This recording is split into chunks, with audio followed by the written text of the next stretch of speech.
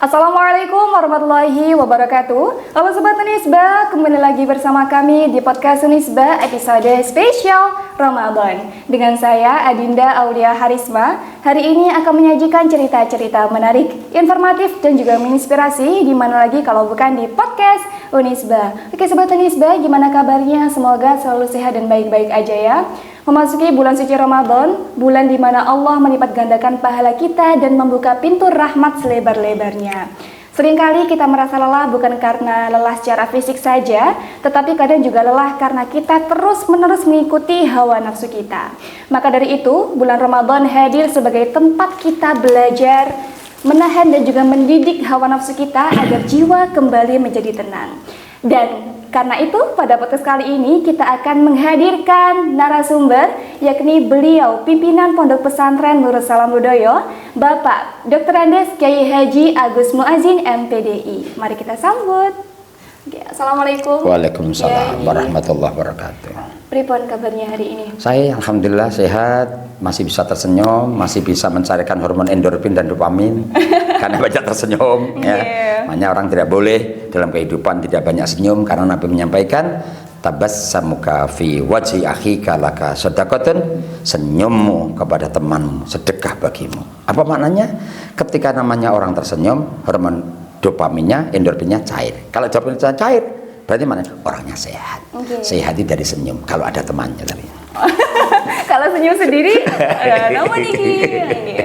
Alhamdulillah, ini memasuki bulan suci Ramadan. Apakah Kiai sudah mempersiapkan dengan sebaik-baiknya? Jadi begini, persiapan untuk Ramadan itu diawali dari bulan Rajab. Ya, Rajab banyak puasa. Jadi Rajab itu sebenarnya bulan untuk menanam.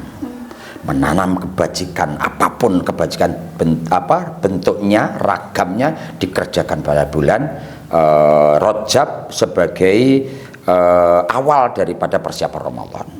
Bulan Sya'ban itu adalah bulan di mana kita merawat daripada tanaman yang sudah kita tanam dari bulan-bulan yang lalu.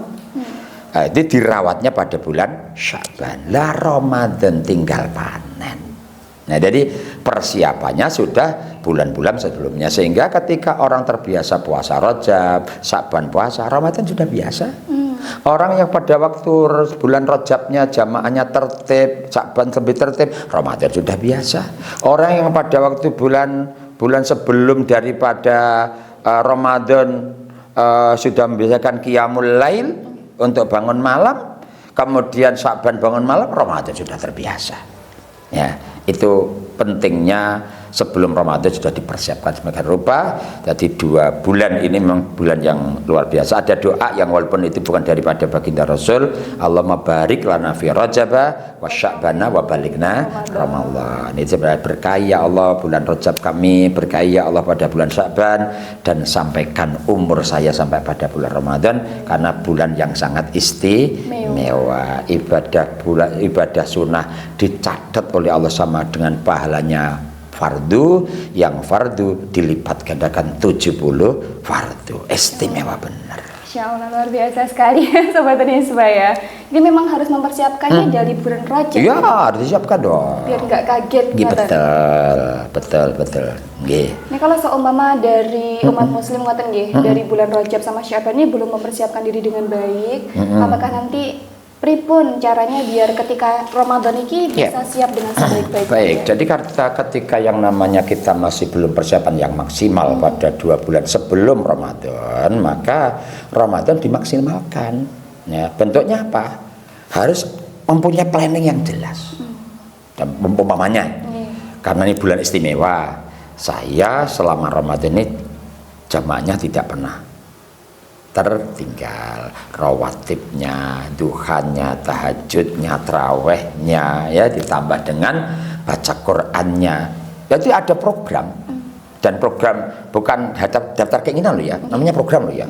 Kalau program berarti planning, berarti ya dilakukan tenan. Tapi daftar keinginan kan hanya sekedar ingin kan begitu. Nah, jadi begitu dimaksimalkan, dan jangan lupa minta pada Allah supaya Allah memberikan kemudahan-kemudahan pada bulan Ramadan untuk mendekatkan kepada Allah SWT, untuk diberi jalan yang terbaik oleh Allah untuk bisa melaksanakan puasa Ramadan dan semua kegiatan kebaikan pada bulan Ramadan. Begitu. Siap-siap. Yeah. Nah biasanya kan banyak orang itu bisa mengendalikan hawa nafsunya ketika bulan Ramadan ya. Nah, tetapi kadang masih emosinya itu masih belum bisa dengan baik mengontrolnya. Ini bagaimana Kiai? Jadi gini, mengapa Ramadan begitu mudah kita itu menahan nafsu?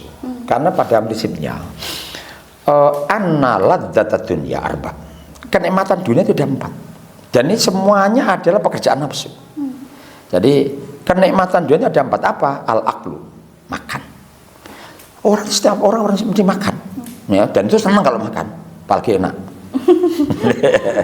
Makan, ada makan. Yang kemudian yang kedua, asyurbu, minum. Yang ketiga, wanaum, istirahat. Yang keempat adalah berhubungan seksual. Itu kan kenikmatan dunia. Lah ketika orang Ramadan kan ditahan. Ya, fasting kan begitu toh. Not eat, not drink, not sex, kan begitu. Ya kan begitu. Nah, tapi kalau hanya sekedar itu, Ramadan tidak bermakna. Kalau hanya sekedar itu, sekedar menahan saja. Iya, hanya kalau hanya sekedar bahwa kita menahan itu kurang bermakna.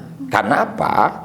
Bahwa dalam puasa itu ada puasa lahir, ada puasa batin. Nah ini loh, yang kita terkadang tidak lulus puasa batinnya ini gitu loh. Jadi kalau kita hanya sekedar tidak makan, tidak minum, ya kemudian tidak berhubungan seks, itu banyak yang kuat.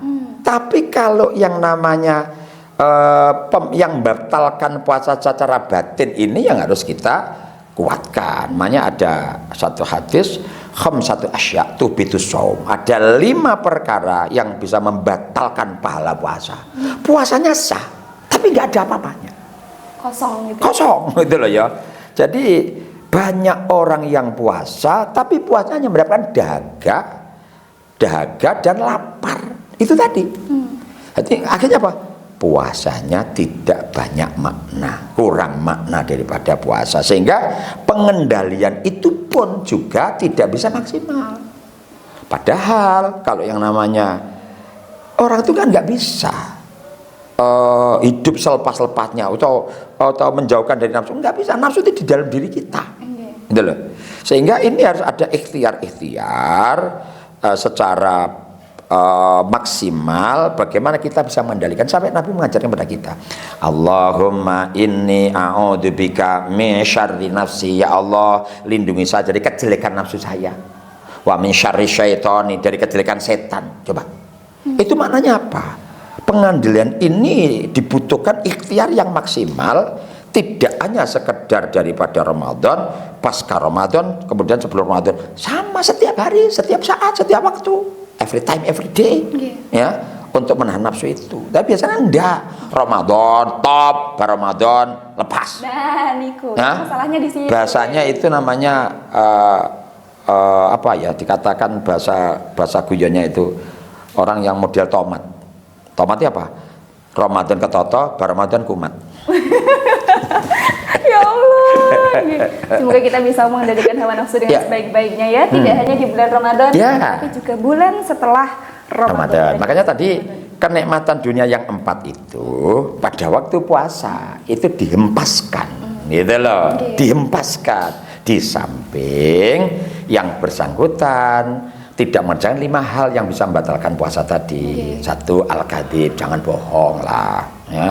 Al-kadzib, wal ghibah, ya, ngerasan-ngerasan, ya, warna mimah, adu domba. Kemudian keempat, yaminul ghamus, sumpah palsu. Yang kelima, an-nadru bisyahwah, melihat dengan penuh keinginan. Itu loh. Melihat dengan penuh keinginan. Niku berarti kalau ketika puasa kan biasanya kita nih orang-orang awam wonten ya. Nah, teng HP niku tuh wonten di Reels terus di TikTok niku kan ada makanan-makanan niku biasanya meningkatkan. Iya, jadi makanya gini loh. Kalau yang namanya Ramadan, hal-hal yang berhubungan dengan yang membangkitkan daripada rasa, diturunkan tensinya. Mbok bayangno sing pangan enak ya paling langkul lek buka ya mikir awake dhewe ya ngono kae. Untuk apa melihat kan gitu toh. Makanya melihat hal-hal yang bisa membangkitkan birahi, membangkitkan keinginan, diturunkan tensinya. Karena apa? Puasa itu adalah untuk menurunkan daripada tensi nafsu dan tensi daripada birahi kan begitu. Ya. Berarti memang jangan sekali-kali mencoba untuk membuka jalan menuju ke sana gitu loh. Dan hambatan ini kan top tuh. Sangat top. Nggak bisa lepas deh Kuki ya. Makanya ya boleh lah melihat, tapi untuk yang sifatnya kebaikan-kebaikan. Berarti memang kalau menonton yang makanan-makanan itu mending dihindari. Iya, ya termasuk makanan dan tidak makanan juga. Tidak makan. Dalam tanda kutip, gambar dalam tanda kutip. Iya. Gitu. Apapun yang membangkitkan, berpotensi membangkitkan kita, dihindari saja. Sobat Risbah sudah paham ya? Ini reminder untuk semuanya saja. Nah, terus ngeten Yai, meneladani sifat Rasulullah, sebenarnya hal apa saja yang beliau lakukan untuk mengendalikan hawa nafsu? Ya, jadi Nabi ini mengapa begitu sukses benar satu? Karena Nabi itu punya sifat maksum, dijaga oleh Allah. Ini yang tidak sama. Jadi Nabi itu punya sifat maksum, gak pernah bermaksiat, dijaga benar oleh Allah. Pribadi beliau ini, umatnya kan bukan maksum, maklum, harap maklum. Gitu loh. Karena dengan harap maklum ini ya kita yang harus hati-hati gitu. Kita itu bukan nabi gitu loh. Jangan terlalu pede gitu loh. Jangan terlalu pede ya guys. Kita butuh alat-alat kendali kita supaya kita ini menjadi orang yang menjadi terjaga untuk melakukan hal-hal yang dalam tanda kutip tidak dibenarkan di dalam agama. Terpaksa mengerjakan karena terlena. Maksiat itu berawal dari maksiut. Maksud kan terlena namanya. Jangan lupa masih ada celah, namanya apa? Satu, tobat. Jangan pernah seseorang mengerjakan kemaksiatan dengan bangga. Jangan pernah. Akan membahayakan benar ini. Jadi setan itu mengapa tidak diampuni? Karena dia bermaksiat itu bangga. Disuruh sujud ke Nabi Adam, lo nggak mau. Apa kata setan? Khalaqtani min nar wa khalaqtahu. Mengapa saya harus sujud kepada Nabi Adam? Saya dari api, Nabi Adam dari tanah. Masa saya sujud?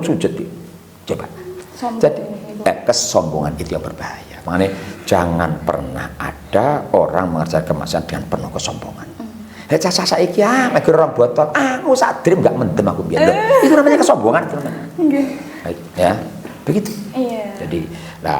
Jadi gini, saya ulang lagi, mengapa Nabi tidak? Karena Nabi terjaga. Yang kedua, Nabi ini menuntun umatnya, gitu loh. Jadi walaupun dia itu terjaga, tapi menuntun bagaimana orang puasa itu nanti bisa sukses. Nafsunya ditekan, ya, nafsunya ditekan. Puasa hanya jangan sekedar memindah jadwal makan. Ya, Niku. Hanya menahan saja. Loh, iya. Jadi jangan hanya sekedar memindah jadwal makan. Keistimewaan Ramadan dimanfaatkan karena tidak ada bulan seistimewa daripada Ramadan. Jangan sampai orang melewati Ramadan hanya biasa-biasa saja. Bulannya istimewa dilewati dengan biasa. Kan eman. Kan eman. Sehingga seluruh perangkat daripada diri kita itu memang sudah disiapkan sejak awal untuk memaksimalkan potensi Ramadan yang istimewa itu. Dari sisi apapun. Berikutnya lagi. Siap. Nabi itu kalau yang namanya Ramadan itu ajwadun nas, orang yang sangat-sangat loman. Ya. Loman berarti dermawan. Nah, itu dermawannya luar biasa. Lah, orang-orang yang dermawannya luar biasa itu orang-orang yang gampang mendapatkan hidayah daripada Allah Subhanahu wa taala. Gitu loh. Enggak pelit nih. Enggak pelit. Enggak pelit. Enggak ada, Nabi pelit itu enggak ada. Salah satu contohnya punya. Iya. Nabi ini kalau ada orang datang kepada beliau, kemudian berikan sesuatu, ditanya oleh beliau. Dan ini jarang ditirukan oleh orang. Ini yang kamu berikan pada saya ini sedekah atau hadiah? Sedekah kanjeng Nabi. Oke, nanti saya lanjutkan pada fakir miskin. Loh, ditanya. Kalau sedekah dilanjutkan pada fakir miskin. Kalau hadiah saya terima. Ketika beliau terima, para sahabat tahu, api barangnya, barangnya api, calo. Kemudian, begitu tamunya pulang oleh sahabatnya, Nabi, bolehkah untuk saya? Lah, tanpa berpikir panjang. Meski itu hal yang paling disukai beliau. Yes, tidak ada Nabi ceritanya untuk dirinya sendiri. Ini masih susah kalau orang awam seperti ini. Gitu. Artinya walaupun susah kita perlu berlatih. Itu berlatih. Walaupun tidak bisa 100%. Apa selawe, apa seket. Nah gitu lah. Jadi meneladani sifat-sifat baginda Rasulullah SAW. Terutama pada bulan Ramadan. Itu juga jamaahnya top. Sholatnya top. Ya. Kemudian kaitannya dengan dermawannya top. Semuanya top. Harus top. Iya gitu loh. Ya. Siap. Kalau nabinya top, kita latihan untuk menjadi orang top. Yang top. Luar biasa sekali, Masya Allah. Nikel kan panjenengan menyampaikan kalau orang tuh harus dermawan ketika Ramadan. Nah, banyak orang itu masih pahamnya kita tuh memberikan harus uang, sedekah itu harus ini. Makanya ada bahasa manfaat toroso iman. Barang siapa memberikan buka puasa. Nah, buka puasa. Pengertian buka puasa itu bukan harus berupa makanan yang mengenyangkan, enggak. Ketika orang itu pada waktu pas buka puasa, dia bisa berikan sesuatu untuk membatalkan puasanya, apapun bentuknya. Itu yang namanya orang yang memberikan buka puasa. Orang yang berpuasa itu satu, bisa menjauhkan daripada api neraka. Itkun minanan, bebas daripada neraka. Ya, bebas daripada neraka. Bahkan pada hadis yang lain, orang memberikan buka puasa dengan hasil kerja yang halal, ya, maka malaikat semuanya memintakan ampun kepada orang yang memberikan buka puasa. Dan besok pada malam Lailatul Qadar, malaikat Jibril menyalami orang itu. Orang yang disalami oleh malaikat Jibril pada bulan puasa, pada malam Lailatul Qadar, maka orang itu menjadi orang yang hatinya lembut. Nah, jadi orang yang mendapatkan Lailatul sebenarnya sejak awal sudah tahu hatinya lembut, bentuknya gampang kasihan pada orang lain, sensitivitasnya sangat tinggi kepada orang yang membutuhkan bantuan. Kemudian sering keluar air mata, karena air mata yang bukan air mata karena apa-apa, air mata karena takut kepada Allah SWT. Begitu. Ya. Kalau air mata yang kaitan dengan mendapatkan tulisan bahwa cukup di sini, beda itu. Cukup di sini? Ya, hubungan kita. Oh, asal udah ada ya. Beda. Beda. Kita harus bersyukur nggak sih gimana? Kita harus bersyukur nggak sih kalau ketika mendapat itu malahan? Ya, artinya setiap orang pasti punya jodoh. Ya dah. Dan tidak ada satu orang yang tahu tentang jodohnya. Tahu jodohnya kapan? Qabil tu nikah. Itu baru itu jodohnya. Kalau yang namanya kaitannya dengan yang lain-lain itu, kalau suatu saat diputus tengah jalan, very good, very baik. Satu diribut cari yang lain. Siap, dicari. Perempuan harus dicari ya. Ya ampun. Nggih siap. Nah, niki panjenengan sebagai pengasuh Pondok Pesantren Putra dan Putri. Bagaimana cara jenengan mendidik dan melindungi para santri agar hawa nafsu mereka tetap terjaga dengan sebaik-baiknya? Oke, jadi anak-anak di pesantren kita Nurul Salam Lodoyo ini, satu, anak-anak di pondok ini wajib menjadi anak yang ahli ilmu, baik itu ilmu umum maupun ilmu agama. Ilmu umum dikaji mulai jam 7:04 sampai jam 12 siang. Kemudian setelah itu anak tidur sampai setengah 2, setengah 1 sampai setengah 2 tidur. Setelah itu jamaah sholat duhur. Setelah itu masuk kegiatan keagamaan pada sore hari. Malamnya masih ada seperti itu. Setelah subuh masih ada seperti itu. Gitu. Tirakat. Ya, artinya harus dibekali. Jadi dengan ilmu semuanya akan jadi mudah. Itu konsep dasarnya. Dengan ilmu semuanya akan jadi mudah. Dengan seni hidup akan jadi indah. Kan begitu? Iya. Konsep dasarnya begitu. Karena apa? Yarfa'illahul ladzina amanu minkum wal ladzina utul ilma. Orang akan diangkat oleh Allah karena punya apa? Karena ilmu. Ya. Kemudian yang kedua, anak ini dicetak jadi ahli ibadah. Cetakan pertama ahli ilmu, cetakan kedua ahli ibadah. Jamaah rawatib, duha, tahajud, witir, Ya, bangun malam, kemudian sholat tasbih 1 bulan sekali, sholat awabin pada waktu tidak ada kegiatan keagamaan pada antara maghrib dengan isya. Itu begitu, baca Quran setiap hari. Itu untuk apa sebenarnya? Kita sadar kita ini nggak bisa berikan hidayah pada anak. Anak ini diberi jalan supaya dapat hidayah. Dari mana? Dari ahli ibadah itu. Jadi kalau dengan ilmunya yang maksimal akan diangkat derajatnya oleh Allah. Kalau anak dicetak jadi ahli ibadah, anak itu gampang dapat hidayah. Kemudian yang ketiga, berkarakter. Karakter. 3 ini, ya, anak ahli ilmu, anak ahli ibadah. Yang ketiga, berkarakter. Kemudian berikutnya lagi apa? Anak tidak ada satupun di pondok yang pegang HP. Nah, Niko. Ya, sumber malapetakannya sudah kita hilangkan. Iya. Yalah. Yang berikutnya lagi apa? Jangan pondok punya memberikan kesempatan yang luas kepada anak-anak ketika pulang ketemu dengan temannya. Di pondok kita itu memang agak aneh dengan yang sama dengan yang lain. Jadi kalau biasanya libur setahun, kita tuh enggak, liburnya 1 tahun 2 kali. Pada waktu bulan Rabiul Awal, bulan Maulid itu libur 5 hari. Nggak boleh lebih daripada itu, nggak boleh. Hanya 5 hari. Mengapa 5 hari? Dipulangkan. Nah, ketika mereka pulang pada bulan Maulid, pondok-pondok yang lain, sekolah masih masuk. Iya, betul. Nah, sehingga ketika dia pulang, itu namanya memutuskan kisah masa lalu. Gak temu karo kaca-kaca nih. Ya, lah terus kemudian 5 hari balik lagi ke pondok. Itu pun ketika balik ke pondok, anak-anak itu harus melewati 4 macam meja. Meja daripada orang menanya. 1, ketika pulang meninggalkan sholat apa enggak? Yang kedua, ketika pulang kemarin melihat gambar porno apa enggak? Yang ketiga, ketika pulang kemarin ayah ibunya marah-marah apa enggak?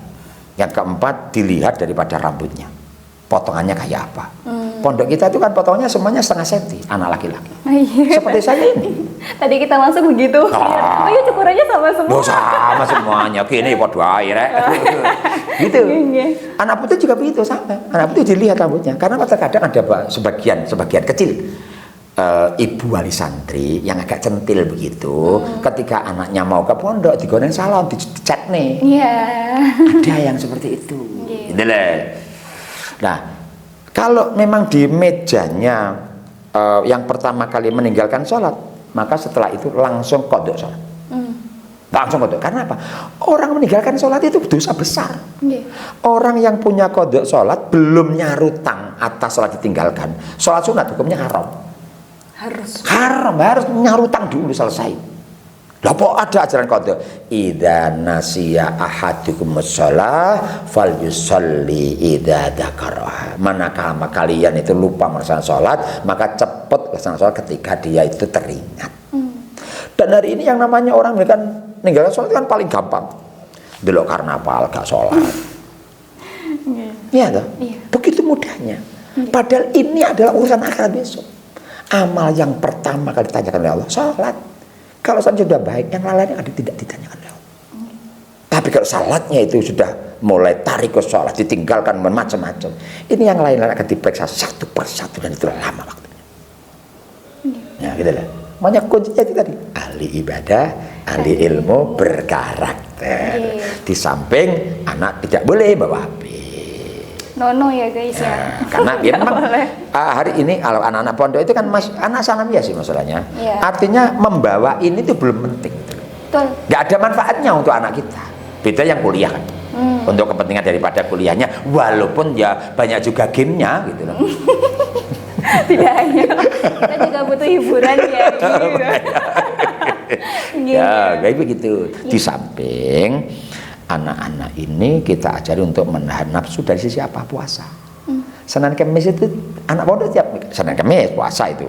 Ya, jadi setiap hari Senin dan Kamis puasa ditambah dengan puasa-puasa pada hari yang lain. Jadi begitu. Itu apa? Ikhtiar pondok supaya anak ini gampang dapat hidayah, gampang dapat rahmat, gitu loh. Cara pondok seperti itu. Karena pondok sadar bahwa kita nggak bisa berikan hidayah. Guru nggak bisa minterkan, yang minterkan adalah Allah. Makanya Allah anak didekatkan pada Allah. Termasuk apa?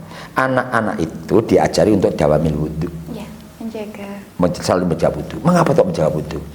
Innal malaikata yastaghfiruna lil insan madama ala taharatin walam yukti. Seluruh malaikatnya Allah memintakan ampun atas orang yang selalu punya wudu sampai batal.